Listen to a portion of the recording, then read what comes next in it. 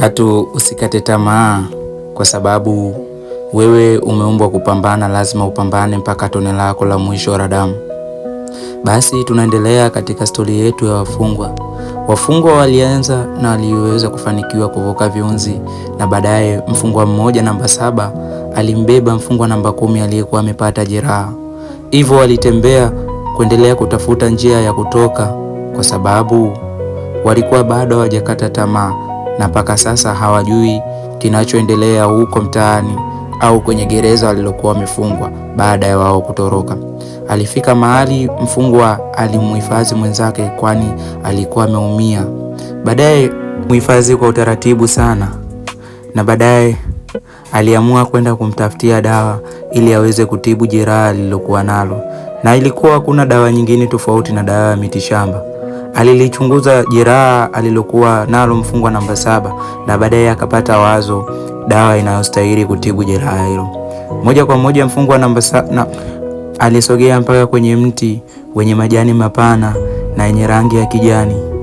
Baadaye aliyachuma majani hayo kwa utaratibu, huku akiwa bado ni mwenye hofu na woga, akiamini kuwa bado anafukuziwa na polisi. Bahati nzuri mfungwa namba 10 alistuka, na baadaye alianza kujiangalia jeraha alilokuwa nalo. Mfungwa namba 7 alikuwa tayari kasharejea na dawa aliyokuwa ameenda kuitafuta. Pale pale alianza kuitoa huduma ya kwanza kwa mfungwa namba 10. Mfungwa namba 10 huku akiwa anajieleza maumivu anayoyapata. Mfungwa namba 7 alikuwa ni mwenye ujasiri sana. Alianza kuyatoa matibabu hayo kwa utaalamu aliokuwa nao. Iliisha dawa na kuongeza dawa. Kweli wamepambana kutoka sehemu ndefu. Mfungwa namba 7 aliendelea kumpa huduma mfungwa namba 10. Mfungwa namba 10 alikuwa ni mwenye kulalama kutokana na maumivu aliyokuwa akisikia yakipenya kwenye ngozi yake. Basi baadaye alikana kwanza kupiga story. Hapa sasa tupo wapi hapa?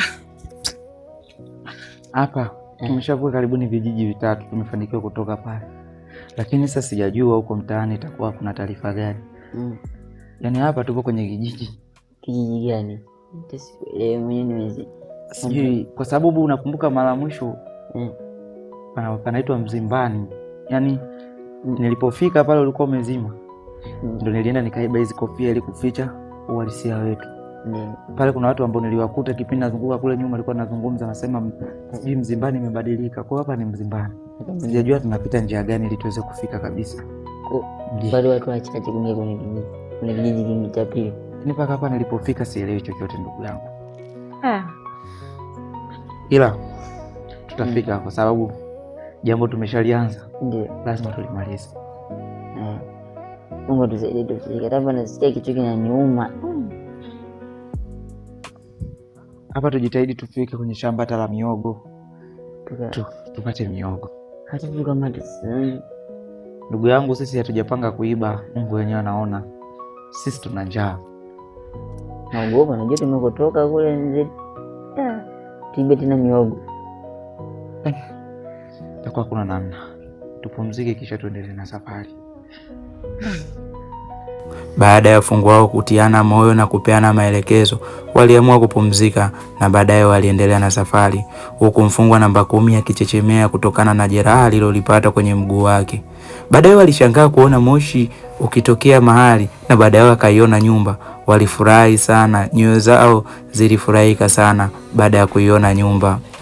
Walibebana, wakashangilia na kusema sasa wameingia uraiani. Hadi mfungwa namba 10 alichangamka kweli. Lakini mimi na wazo. Ndio, wazo gani tena? Tunawezaje kwenda tukiwa tumevaa hivi? Na hatuwezi kujua kama tayari vyombo vya habari vilishazagaza taarifa zetu. Na hizi taarifa itakuwa shafika kwamba tuna wafungwa tumetoroka. Kwa hiyo inabidi tufanye mpango. Pate nguo zingine. Tunafanyaje sasa? Haki ni hatari. Hii hatari ambayo tukienda huko tukamatwa. Kwa hiyo inabidi tufanye mpango hapa. Hamna hauwezi kuangalia kukuta nguo imeanika tukachukua nguo ngapi.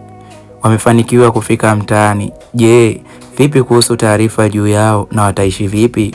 Usikose kufuatilia kisa hiki. Kwa kwanza kupata mwendelezo, please naomba ni follow Vanny Story.